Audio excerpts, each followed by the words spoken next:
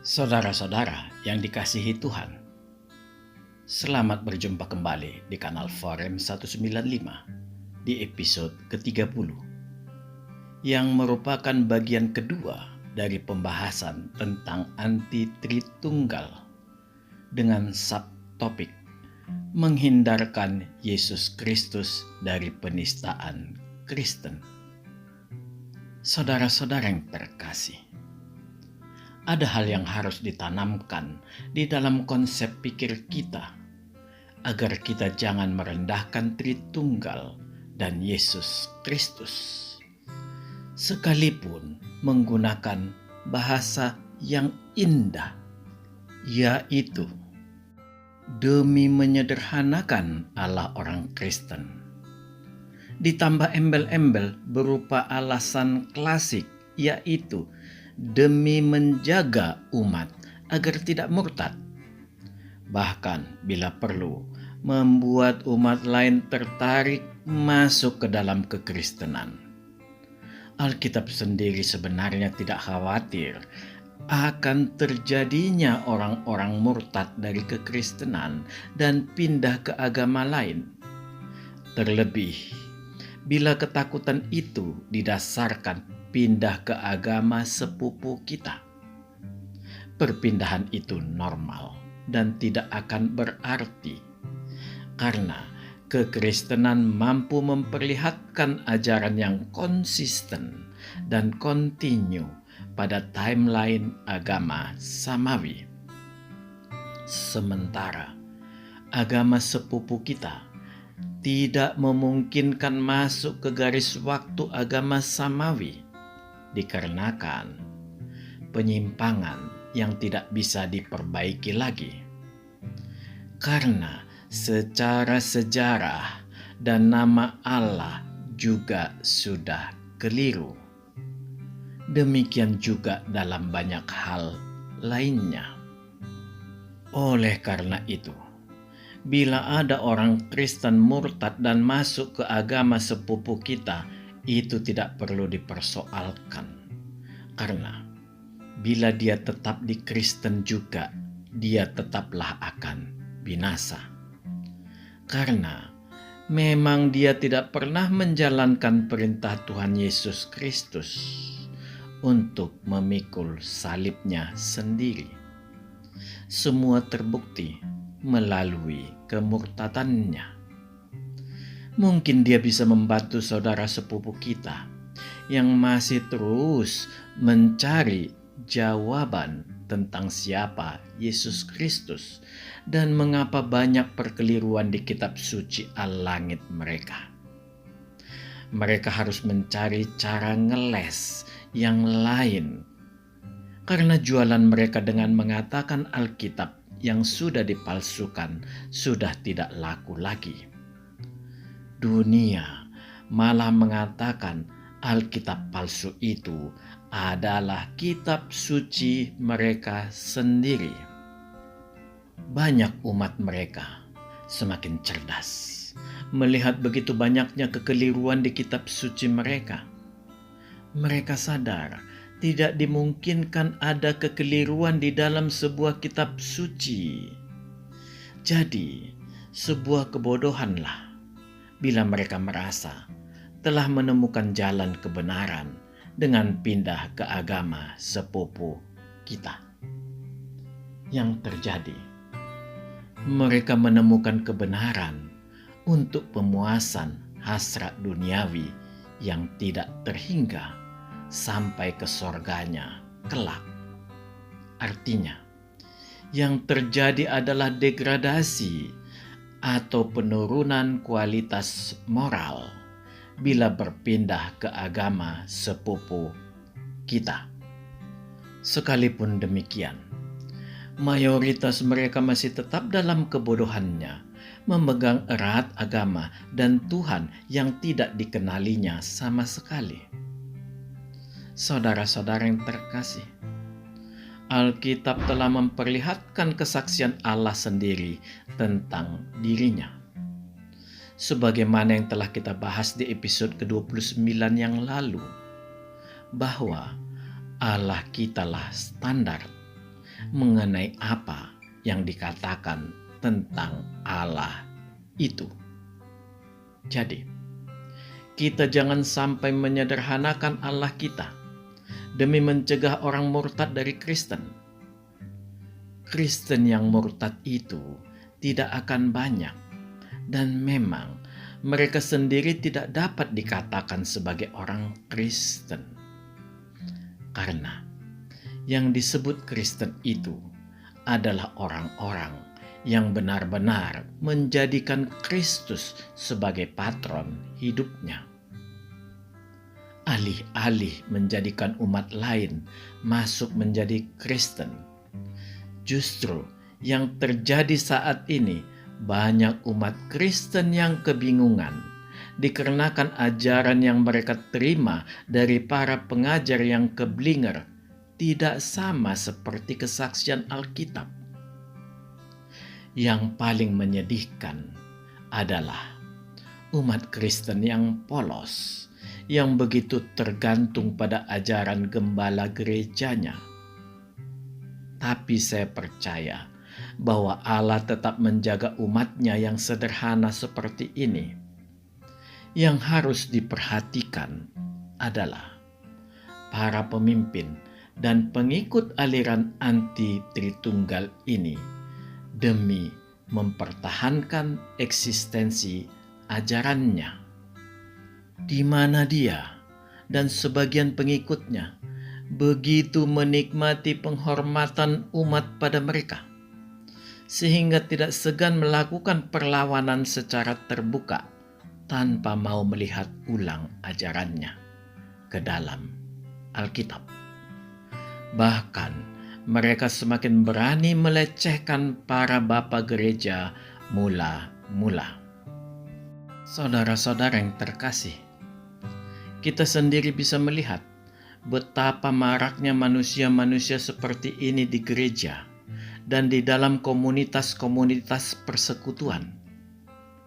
Apakah gereja memiliki otoritas untuk mereject atau menolak mereka?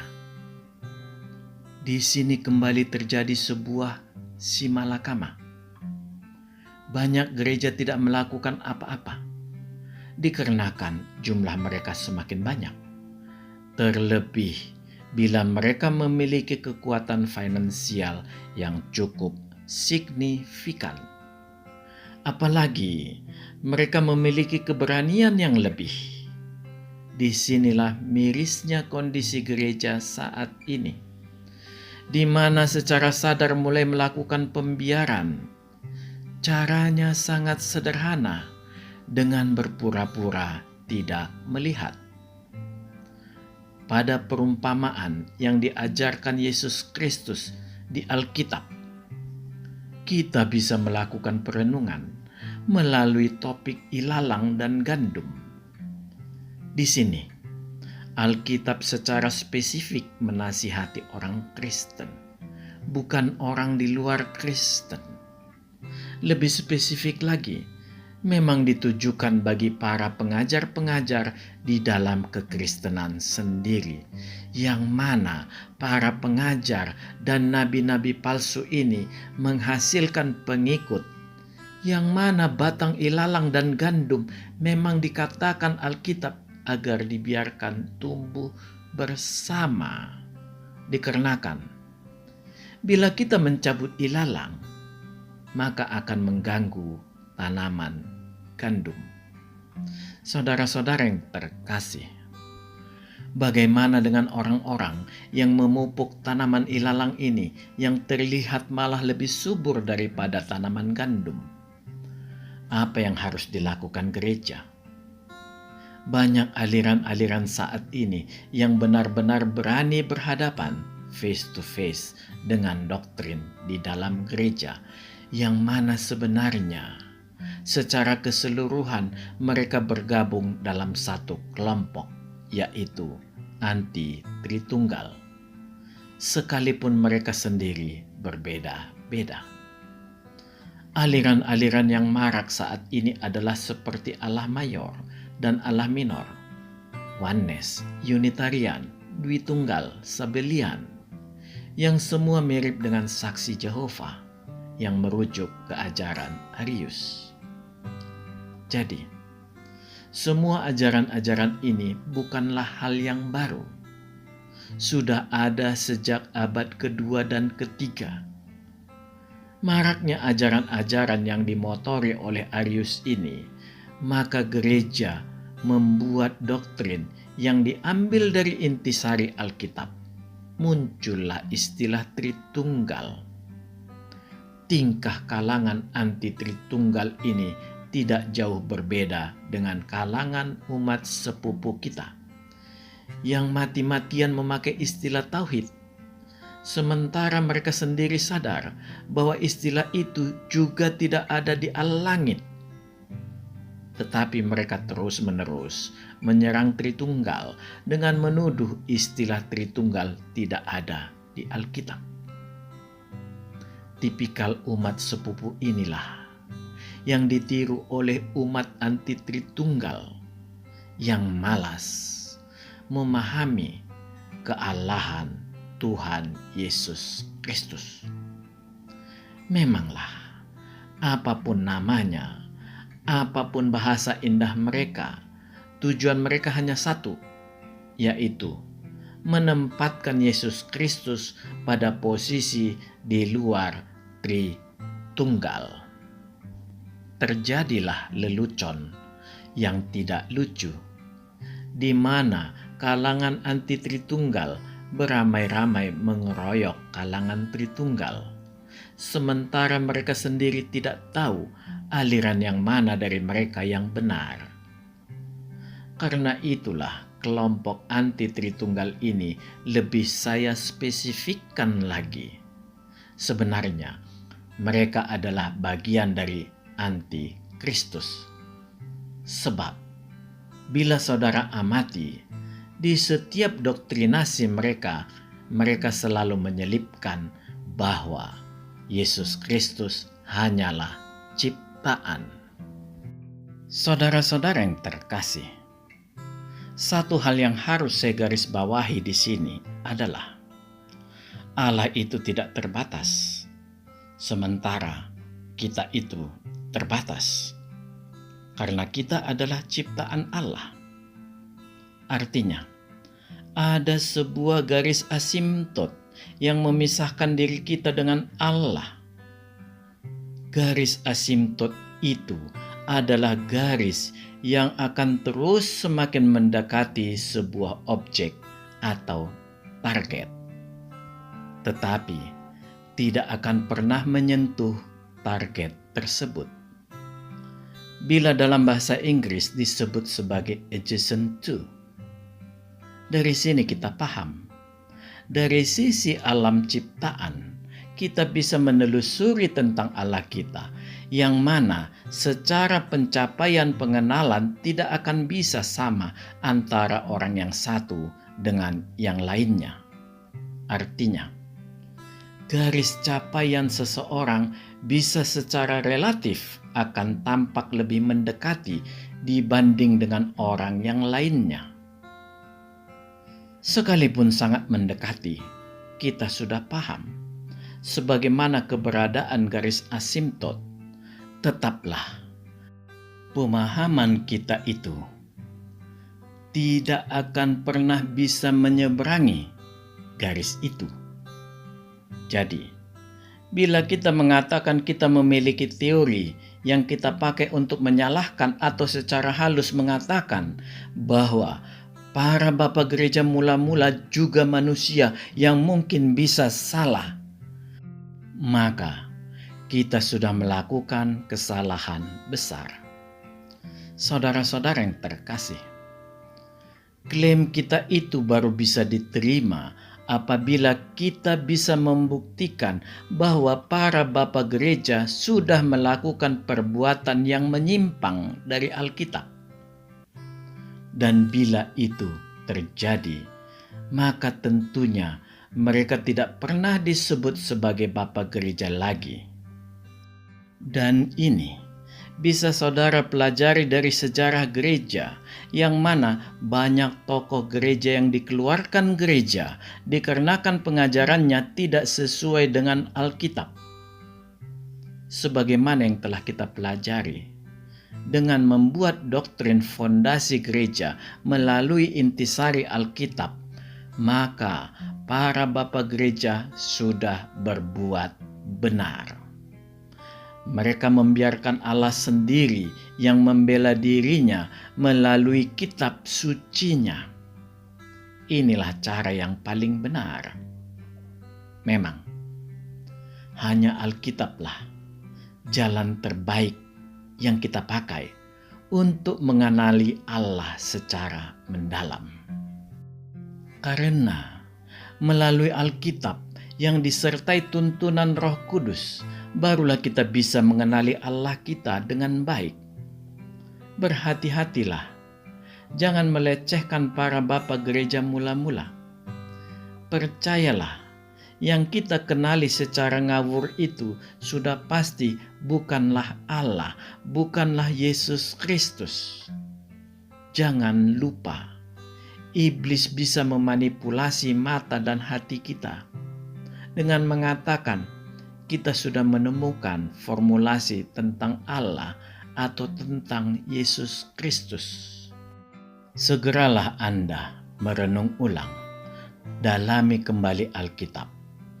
Sebagai bahan renungan untuk Anda, Arius itu termasuk bapak gereja mula-mula, tetapi Alkitab tidak peduli dan Arius dilemparkan keluar dari gereja. Hanya satu kesalahan Arius, dia mengajarkan satu hal yang tidak dipersaksikan oleh Alkitab. Titik. Saudara-saudara yang terkasih, di banyak kesempatan, saya cukup banyak memberi jawaban terhadap apa yang dikatakan oleh kalangan anti-Tritunggal yang dimotori oleh Erastus Sabdono dan Joshua Tewuh ini.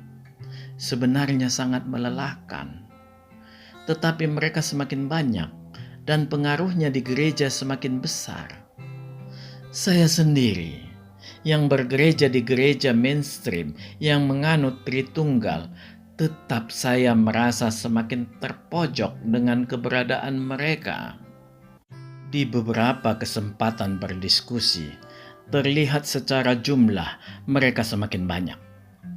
Yang luar biasa, mereka banyak sebagai tokoh gereja yang menjabat sebagai penatua. Saya sering tercenung betapa besarnya pengaruh medsos. Banyak gereja penganut Tritunggal yang tidak peduli dan melakukan pembiaran, sekalipun sangat terlihat. Sudah begitu dalam kalangan anti-Tritunggal ini mendominasi gereja.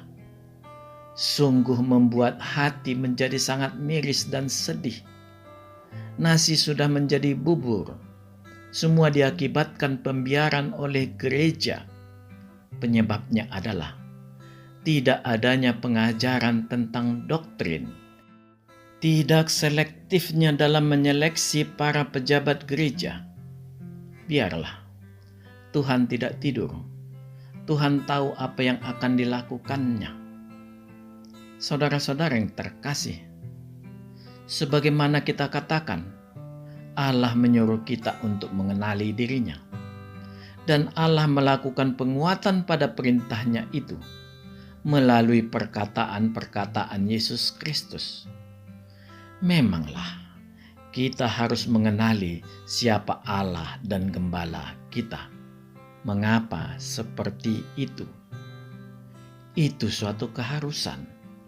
Karena kekristenan sangat fair memperlihatkan siapa di balik ajaran Alkitab. Atau siapa yang berada di balik ajaran kekristenan, yang tidak lain adalah seorang gembala yang penuh kasih, yang menuntun kita ke sorga Allah, sorga yang maha mulia, yang benar-benar dikenalinya sendiri, karena dia berasal dari sorga itu juga.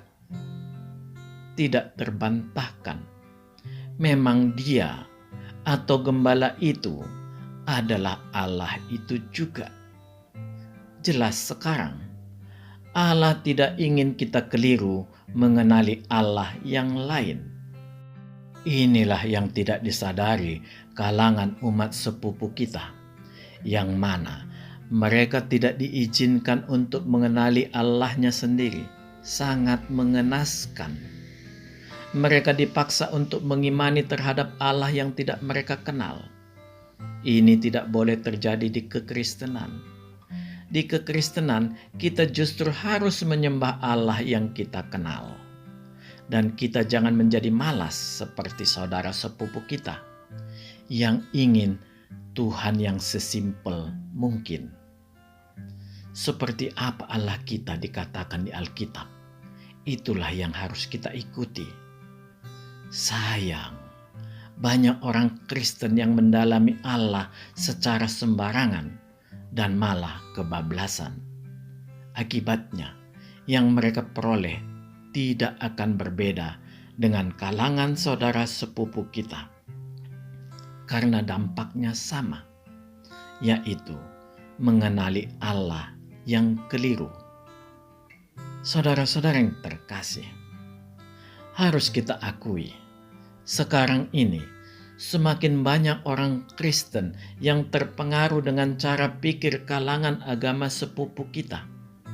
Bahkan kondisi itu diperkuat oleh para pengajar Kristen yang tidak sanggup memikirkan tentang kebagaimanaan Allah dan akhirnya mengikuti permintaan orang-orang yang ingin menyederhanakan Allah orang Kristen. Sedikit demi sedikit mereka memoles Yesus Kristus yang baru, yang berdasarkan versi mereka yang lebih masuk akal menurut akal mereka.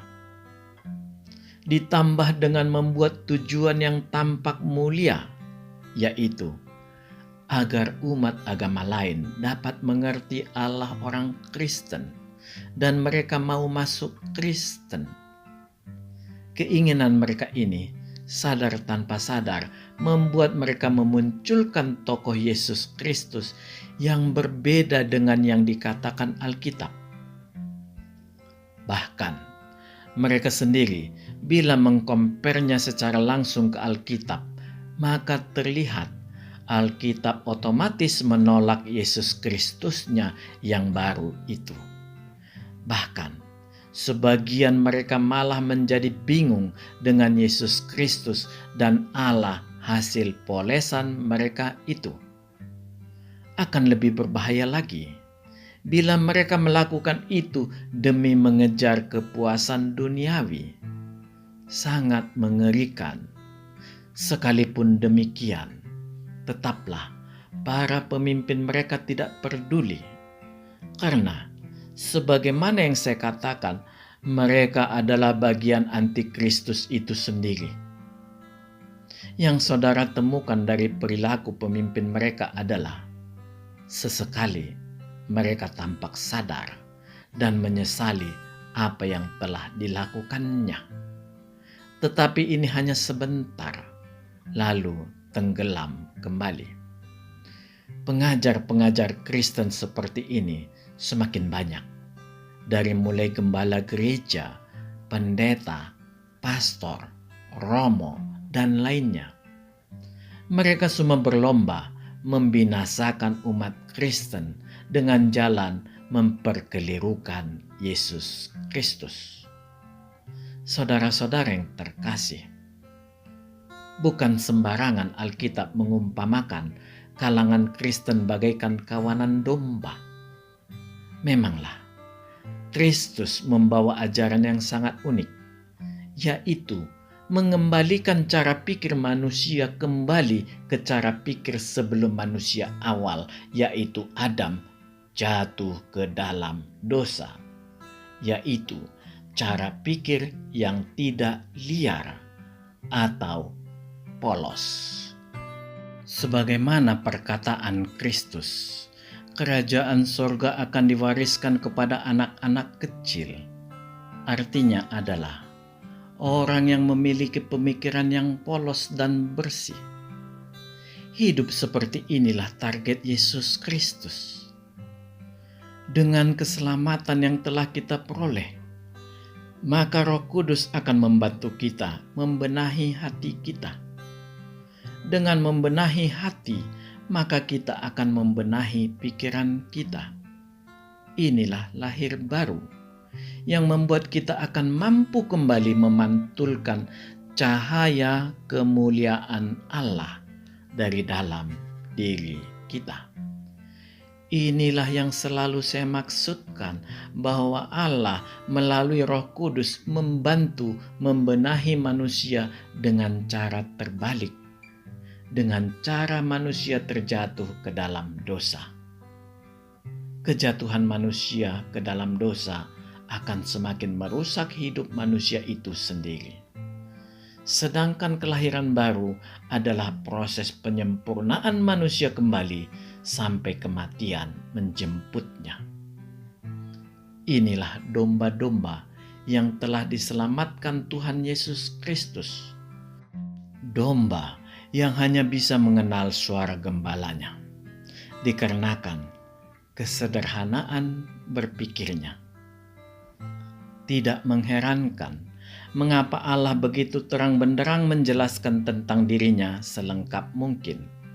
Semua ini untuk menghindarkan domba-dombanya untuk mengikuti gembala atau Tuhan Yesus yang lain, yang tidak sesuai dengan yang dikatakan Alkitab.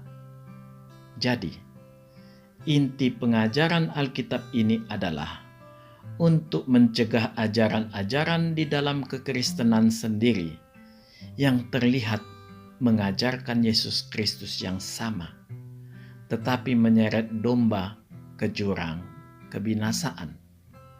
Saudara-saudara yang terkasih, Yesus Kristus itu adalah sahabat kita, Raja kita, Bapa kita, penasihat ajaib, Raja damai sejahtera, dan banyak gelaran lain yang memperlihatkan kemahamuliaannya.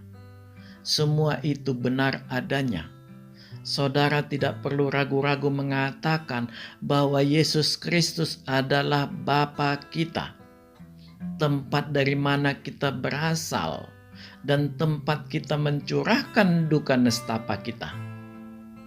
Istilah ini tidak boleh kita banting sama rata dengan menyebut juga Sang Bapa sebagai Bapa kita. Tidak demikian adanya. Sang Bapa itu adalah Bapa Sang Firman atau Bapa dari Yesus Kristus. Inilah salah satu cara Allah untuk semakin mendekatkan Allah pada manusia. Dengan demikian, semakin bisa kita mengerti dan kita kenali. Inilah kebersihan hati Allah yang muncul dari cerminan kasih-Nya yang benar-benar memperlihatkan dirinya kepada manusia secara tuntas. Mengapa saya katakan secara tuntas?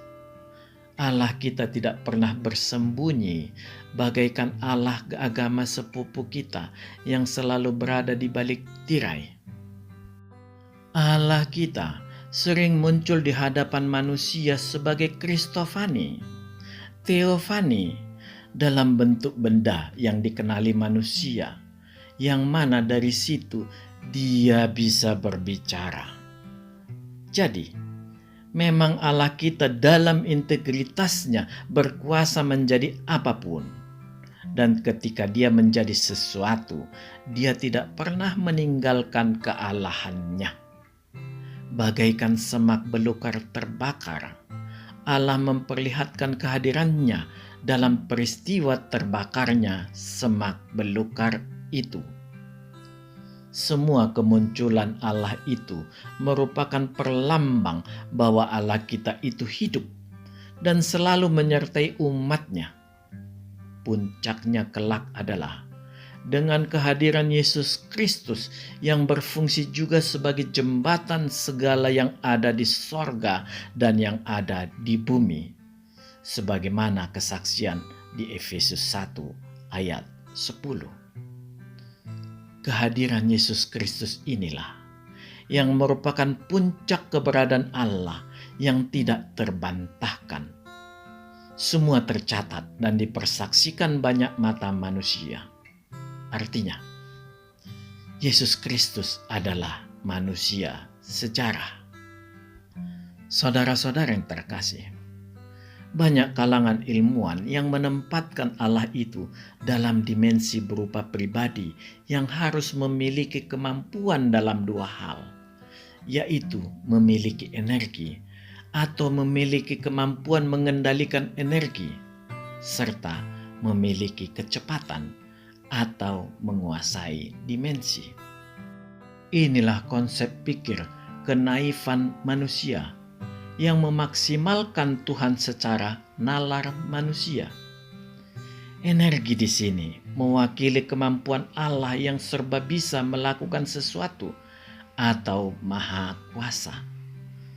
Sedangkan konsep kecepatan di dalam benak manusia adalah parameter kecepatan cahaya.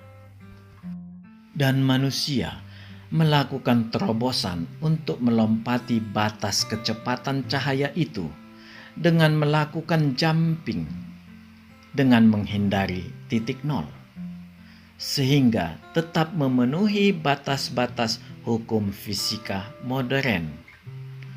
Tujuan manusia adalah bagaimana memperoleh kecepatan yang luar biasa, tetapi dengan energi yang masih bisa disediakan.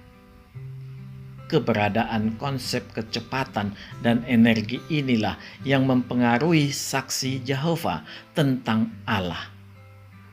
Dan inilah menjadi dasar manusia modern membuat postulat bahwa Allah itu adalah energi itu sendiri yang mampu melakukan apa saja dengan kemampuannya menguasai energi tersebut. Di samping itu, mereka beralasan bahwa energi itu kekal, tidak dapat diciptakan, dan tidak dapat dimusnahkan, tetapi hanya bisa dikonvert atau dirubah dari bentuk yang satu ke bentuk yang lain, sebagaimana bunyi hukum kekekalan energi. Saudara-saudara yang terkasih, sayang, para ilmuwan melupakan banyak hal demi mengejar energi dan kecepatan itu. Sebagai contoh, mereka tidak mampu menjelaskan di awalnya seperti apa alam semesta ini. Tidak dapat terbantahkan. Alam semesta berkembang ke segala arah sudah berlangsung selama 13,8 miliar tahun.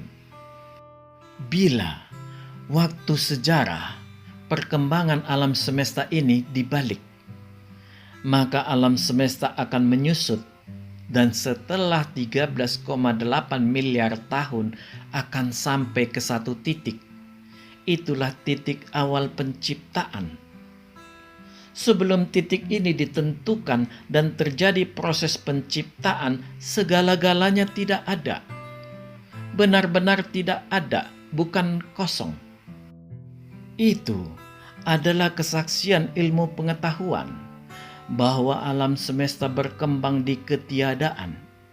Dengan kata lain, alam semesta berkembang di sesuatu media yang bila itu pun ada, adalah sesuatu yang tidak atau belum dikenali.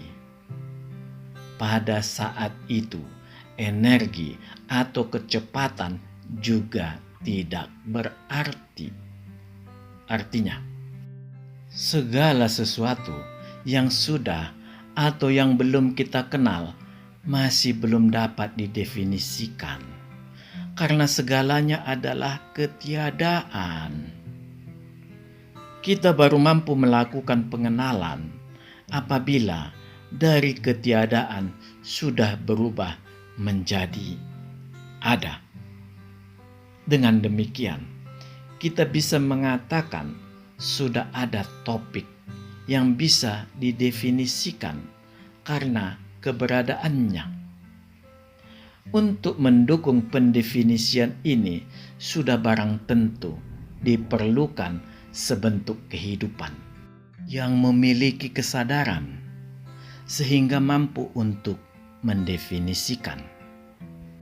Saudara-saudara yang terkasih, dengan ini, bila kita katakan Allah atau Tuhan itu adalah energi atau kecepatan, maka tidak ada teori yang bisa mendukungnya. Dikarenakan di awalnya segalanya adalah ketiadaan, benar-benar tidak ada. Tetapi bila kita katakan energi dan kecepatan itu adalah milik sebentuk kehidupan adikodrati, itu berarti kita sudah mendekati konsep tentang Allah atau Tuhan. Karena Tuhan itu harus jauh di atas apa yang kita sebut sebagai energi dan kecepatan. Mengapa seperti itu? Ini disebabkan energi dan kecepatan itu tidak berguna bila tidak ada kehidupan sebagai pengendalinya. Dari sinilah kita semakin paham sosok adikodrati itulah yang kita katakan sebagai Allah atau Tuhan. Kekristenan tidak berhenti pada konsep ini. Allah menjelaskan dirinya bukan sekadar Tuhan yang memiliki kemampuan atau energi untuk mencipta, tetapi Dia juga Allah yang memelihara apa yang diciptakannya. Bisakah saudara membayangkan jika Allah setelah selesai menciptakan alam semesta, kemudian Dia membiarkannya begitu saja? Kita bisa melihat apa yang akan terjadi akibat pembiaran Allah ini, yaitu seluruh alam semesta akan runtuh kembali, hancur lebur. Oleh karena itu, dikarenakan Allah kita adalah Allah yang berintegritas atau bertanggung jawab, maka Dia memberikan hukum pengaturan alam semesta berupa gaya-gaya yang bisa kita lihat secara ilmu pengetahuan, yaitu gaya nuklir kuat dan gaya nuklir lemah, yang merupakan sumber energi yang terjadi di bintang, merupakan gaya ikat proton dan neutron di dalam inti atom yang menghasilkan reaksi fisi dan fusi. Gaya elektromagnetik, gaya yang terjadi akibat gaya tarik-menarik magnetik. Gaya gravitasi, gaya yang lemah pengaruhnya terhadap sistem atomik. Meskipun demikian, gaya ini menjadi besar bila dikaitkan dengan objek-objek besar seperti bintang, galaksi, dan planet. Bila untuk ciptaan yang mati saja Allah sedemikian luar biasa menjaganya, maka kita menjadi sadar betapa istimewanya kita manusia yang diciptakannya berupa gambar Allah sendiri. Inilah yang akan kita dalami melalui Alkitab. Bagaimana Dia begitu peduli pada manusia, sampai sedemikiannya Allah merelakan anaknya yang dikasihinya berkorban untuk menebus manusia. Mengenai ini sudah kita bahas, dan kita semakin fokus pada kebagaimanaan, ketuhanan, dan kemanusiaan Yesus Kristus yang kita kupas melalui Tritunggal.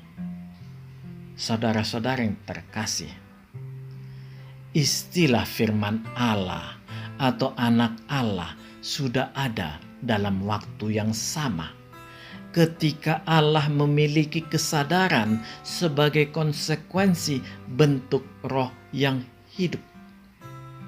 Jadi, saat itu adalah saat di mana waktu masih dalam semesta Allah. Tentang ini, kita tidak berhak untuk menganalisisnya, karena segalanya di luar pemahaman kita. Yang kita pahami adalah Allah itu kekal atau berada di sisi luar timeline alam semesta ciptaan. Alkitab bersaksi bahwa Allah adalah roh yang tidak terlihat dan tidak tertangkap indera kita sama sekali. Dari penjelasan Alkitab tentang bagaimana Allah memulai segala-galanya mengenai alam semesta ini, maka secara otomatis menjawab seluruh pertanyaan para ilmuwan tentang prosesi penciptaan alam semesta. Allah lah yang memulai segala yang ada dari ketiadaan. Mengenai prosesi penciptaan alam semesta, dapat saudara lihat linknya di kolom deskripsi. Sekarang kita semakin mengagumi Allah kita.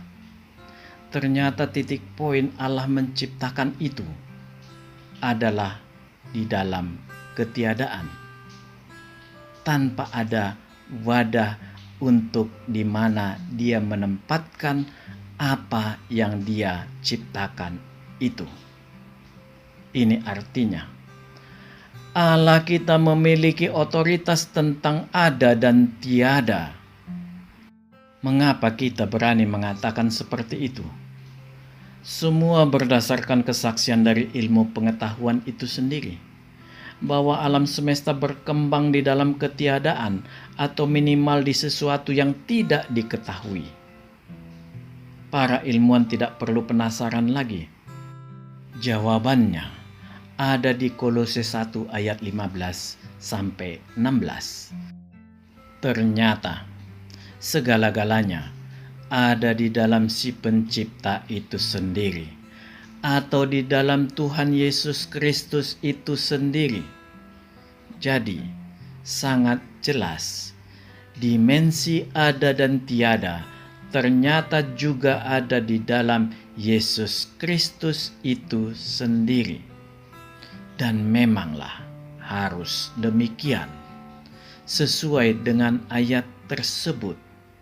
Artinya Yesus Kristus harus mengatasi segala-galanya. Tidak boleh ada lagi yang berada di luar dirinya. Jadi dimensi energi dan kecepatan itu yang dianggap kalangan ilmuwan adalah Allah itu sendiri, ternyata hanyalah hal kecil dan berada di dalam Tuhan Yesus Kristus. Saudara-saudara yang dikasihi Tuhan, bila segalanya berada di dalam Tuhan Yesus Kristus, maka kita tidak bisa lagi memunculkan pertanyaan siapa yang menciptakan Allah.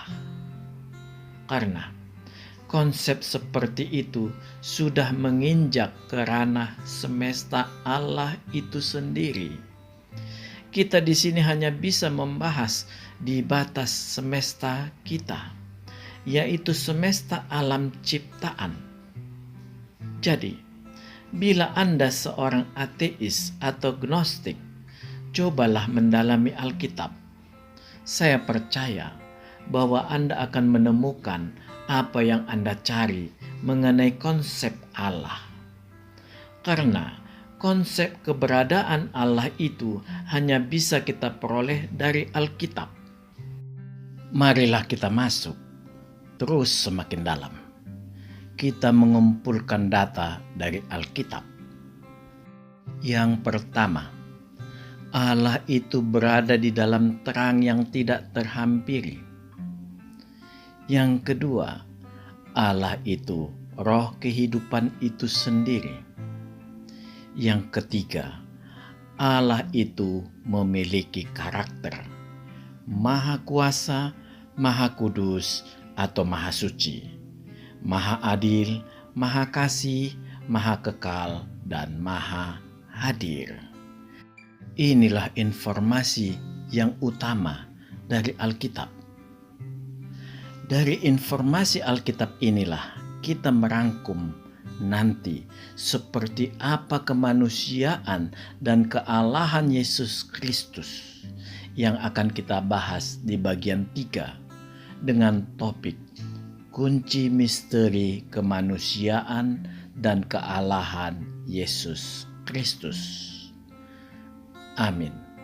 Tuhan memberkati kita. Marilah kita masuk ke saat teduh sejenak.